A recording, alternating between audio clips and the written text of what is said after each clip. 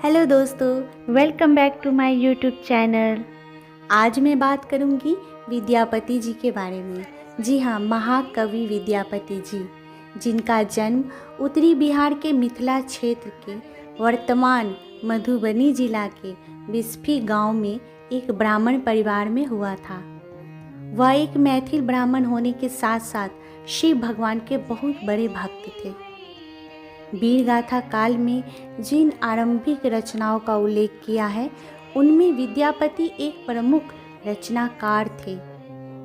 जी हाँ, उन्होंने बहुत सी प्रेम गीत, भक्ति गीत लिखे हैं, जिनमें से कुछ इस प्रकार हैं।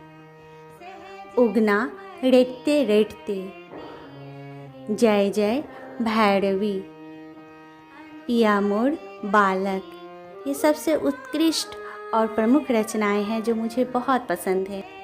ये जानकारी आपको कैसी लगी कमेंट बॉक्स में हमें ज़रूर बताएं और चैनल को सब्सक्राइब करना ना भूलें। Thank you so much.